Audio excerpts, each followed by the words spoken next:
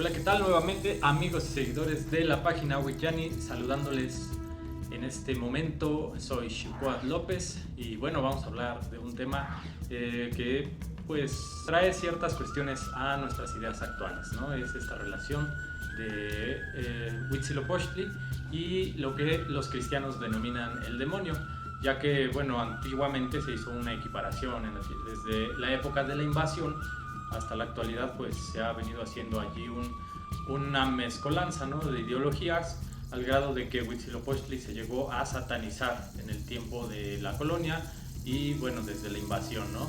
Hasta nuestros días, pues muchos mexicanos siguen tratando a la cosmovisión mexica como un mito y como si los mexicas hubieran sido idólatras, ¿no? Todo eso realmente está alejado de realidad. Bueno, primeramente, pues ya se ha platicado en la página Facebook que los mexicas ni siquiera creían en dioses, ¿no? Al igual que ninguna otra nación de la náhuatl. Esto quiere decir que pues tenían otra visión de la existencia, no creían en divinidades y cosas que venían del cielo, externas, y que venían acá a generar pues ciertas situaciones como acondicionar el cielo, el infierno. Eso en la cosmovisión mexica pues no existe.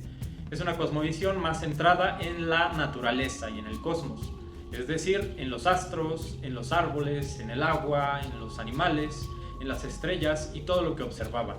Es más, era más cercana a lo que actualmente llaman ciencia a los europeos, ¿no? Pero que tristemente llegaron y destruyeron con su dogma cristiano. Entonces, en este sentido, llegaron a equiparar a Huitzilopochtli con el demonio, ¿no? Y es que resulta absurdo que, bueno, unas personas que venían de Europa con una ideología dogmática de su cristianismo, principalmente, digamos, en toda esta época oscurantista, a la que ellos mismos llamaron oscurantismo, vinieran e impusieran sus ideas y que actualmente muchos sigan reproduciendo, ¿no?, este discurso. Entonces es algo ilógico, es algo que pues realmente alude a una falta de crítica y una falta de información por parte del mismo mexicano para conocer realmente de lo que habla la cosmovisión mexica, para no seguir demeritando a esta sagrada cosmovisión, a esta sagrada práctica de lo nuestro, de nuestra parte ancestral, que sigue siendo vigente y que sigue siendo muy valiosa para poner en práctica hoy en día. Pues bien, para argumentar un poquito sobre esto que les vengo comentando, o sea, el oscurantismo, pues cabe destacar una situación, ¿no?, que pasaba en Europa en aquel tiempo, porque los exploradores españoles se aventuraron a venir a este continente, ¿no? Precisamente porque estaban en un momento en el cual se debatía si la Tierra era redonda o era plana, ¿no? Incluso muchos tenían miedo de viajar en el barco e irse a los confines de la Tierra pensando que iba a suceder una catástrofe en la cual el barco iba a llegar a un punto final de la Tierra y se iba a ir a la fregada, ¿no? O sea, iba a pasar algo iban a conocer el fin del mundo, ¿no? Porque pensaban que la Tierra era plana y además que el Sol giraba alrededor de ella. Pues imagínense, con esta mentalidad venían acá. Aquí, ¿qué pasaba? O sea, mientras ellos pensaban eso, nuestros ancestros ya sabían que la Tierra era redonda. Por lo mismo, continuaban explorando las formas en que el mundo tenía un flujo de energía y bueno, concebían al centro de la Tierra como Huehueteotl, ¿no? Entonces ellos miraban que el origen de la Tierra era el fuego y que nosotros veníamos directamente del Sol. Por eso consideraban a todos hijos del Sol, no solamente a ellos mismos, ¿no?, a los mexicas, sino todos eran hijos del Sol, y el Sol era el germinador y el fecundador de la Tierra, porque en ese simbolismo la Tierra era la que recibía los rayos del Sol y entonces daba luz a la vida. Fíjense las diferencias, ¿no?, en el conocimiento. O sea, ellos no pensaban que el sol ya no iba a salir y que el mundo se iba a acabar. Realmente eso fue un mito español que se inventaron y pues ahora lo empezaron a decir, ¿no? Después lo empezaron a decir que nuestros ancestros eran ignorantes, y además decían que todo había sido creado por un dios en 7 días, algo realmente ilógico de una tradición judio-cristiana que pues bueno, es ya prácticamente pues obsoleta, ¿no?, para los tiempos actuales. La cosmovisión mexica, por su parte, sigue siendo aplicable, sigue siendo vigente por su veracidad.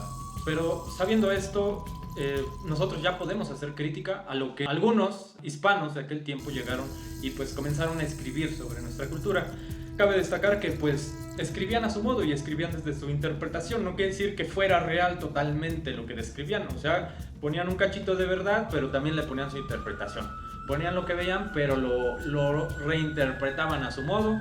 Y bueno, muchos de estos cronistas pues eran sacerdotes. Entre ellos tenemos a Fray Bernardino de Sahagún, que imagínense, o sea, cómo deformaban el conocimiento, o sea, no eran unos científicos, solo eran unos observadores juiciosos, prejuiciosos de las culturas de Anáhuac.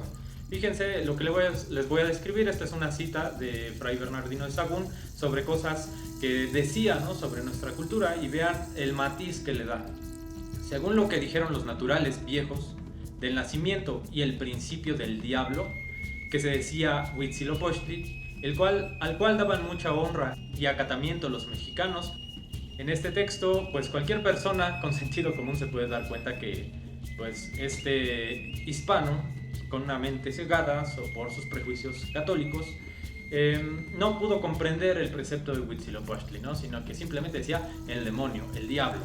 Entonces, pues de esa manera se le hizo bien fácil decir el diablo, porque no era algo compatible con sus creencias. Y entonces, bueno, empezaba toda la tergiversación y todo esto que incluso gente en la actualidad sigue creyendo y sigue repitiendo, ¿no? O sea, parece como que se quedaron en el siglo XVI.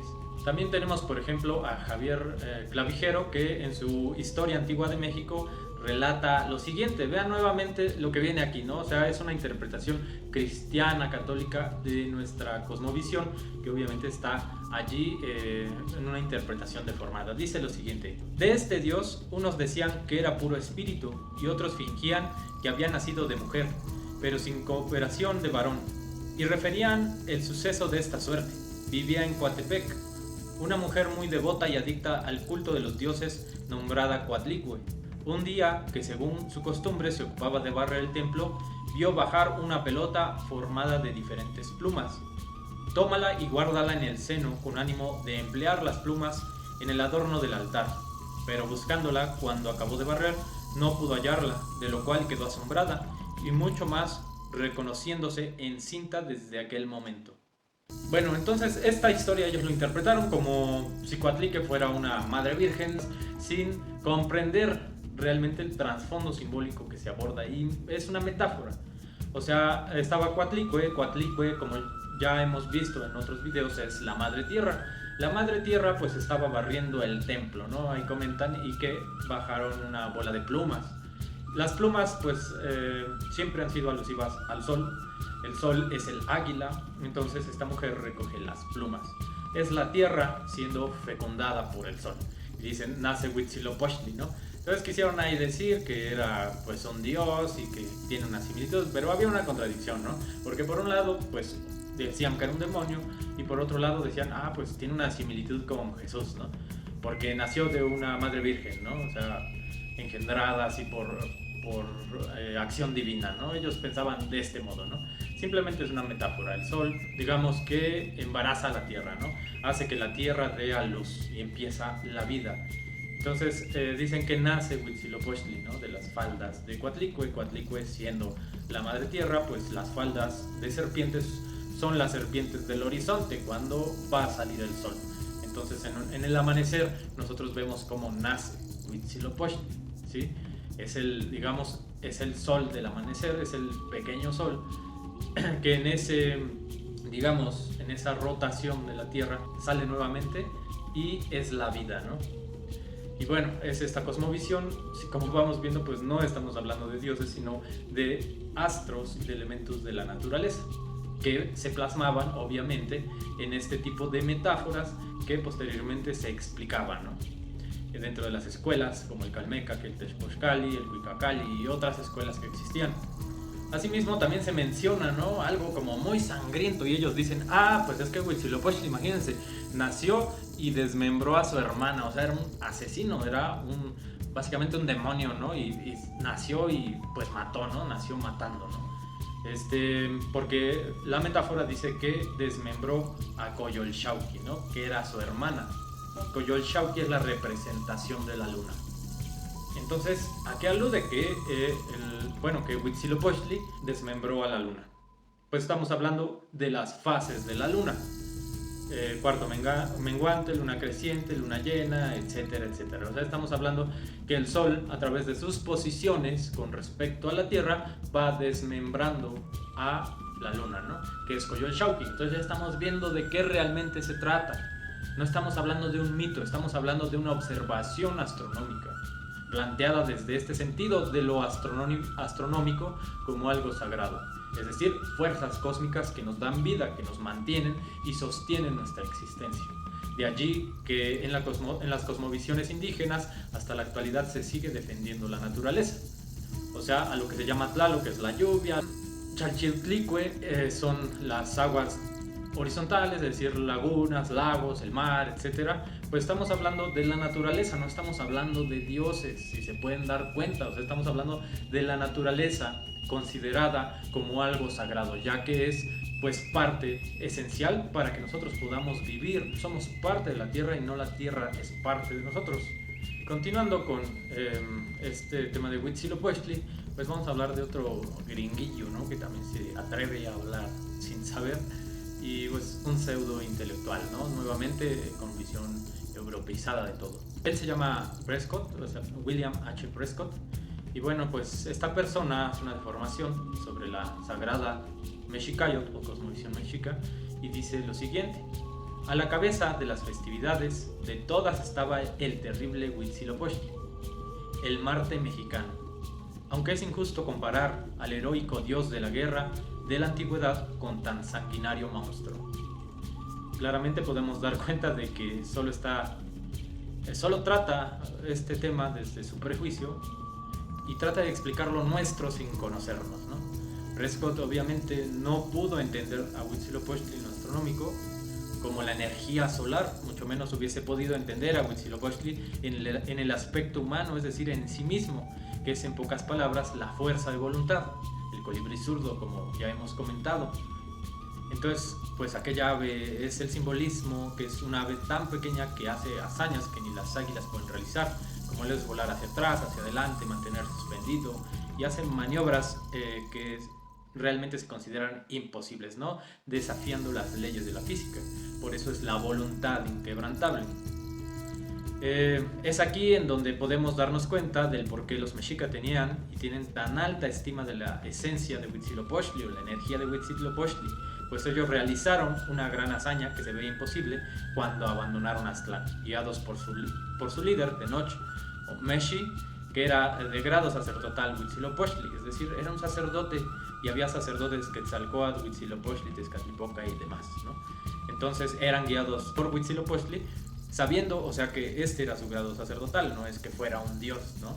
Entonces hicieron una gran hazaña, hicieron lo imposible al salir de Aztlán para llegar a México y fundaron la ciudad de Tenochtitlan, para lo cual, pues obviamente pasaron innumerables penurias, guerras, cambios, y además se establecieron en un islote lleno de rocas, ¿no? En el que básicamente era difícil que progresara la vida humana. Entonces, bueno, he aquí la evidencia, ¿no? De la tergiversación del conocimiento de la Mexicayot y de aquella superioridad en el conocimiento de aquel tiempo, ¿no? Sobre la naturaleza y las cosas. Los mexicas no eran dogmáticos, ellos no iban y predicaban la palabra de Quetzalcóatl en otras naciones a las cuales dominaban, sino que les dejaban seguir practicando sus formas de cosmovisión.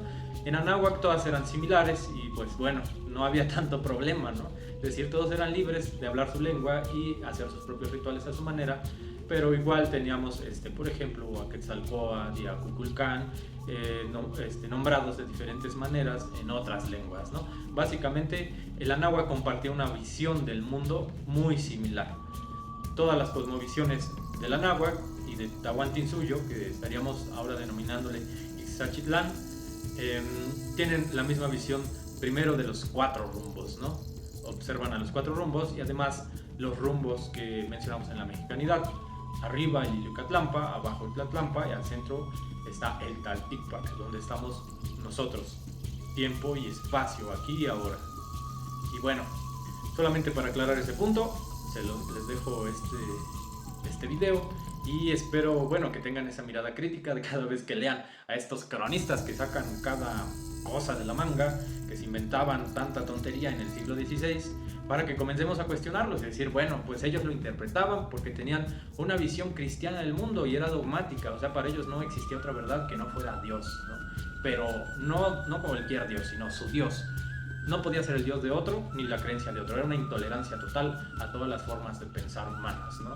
De toda la diversidad que existe en el mundo, ellos decían que solo existía un Dios verdadero.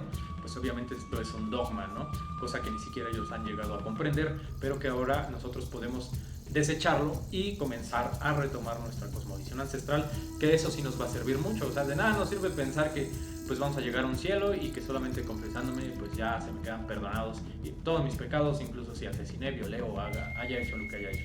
Esa religión no nos sirve de nada, pero sí tenemos la mexicanidad que nos va a enseñar a respetar la naturaleza.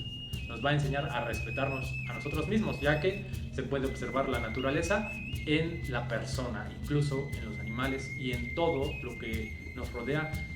Obtiene un carácter sagrado, obtiene un carácter pues en el cual existe el símbolo de las fuerzas cósmicas.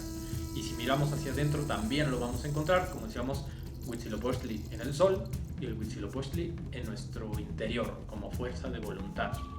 Entonces, bueno, pues adelante, vamos a seguir compartiendo, adelante toda la comunidad mexica, adelante toda la comunidad mexicana que ya está interesada en la recuperación de la propia forma de observar el mundo, y vamos a seguir analizando y estudiando estos temas. Espero que tengan una excelente noche, les mando un saludo, denle like al video, suscríbanse al canal si todavía no están suscritos y síganos en Facebook, también busquen la página, ¿sale? Nos estamos saludando en la próxima.